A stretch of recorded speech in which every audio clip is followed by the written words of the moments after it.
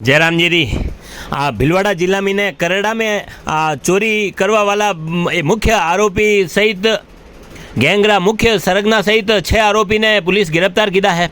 मैं आपने बताऊं कि करेड़ा में ने 28 तारीख की रात में ने आनंद ज्वेलर्स पे एक बड़ी चोरी की घटना हुई ही जन में ने गैस कटर काट ने शटर और चैनल गेट ने काट ने चोर रो बड़ो गिरोह प्रवेश भी और जटे की 40-45 किलो चांदी 200 ग्राम सोनो और 50-60 हज़ार रुपया नकदी री चोरी हुई ही।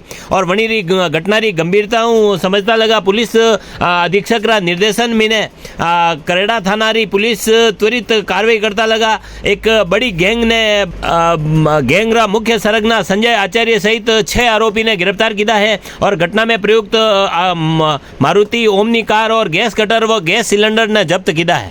यह खबर कैलाजी सोनी करेड़ा वाले अपने लिए भेजी है।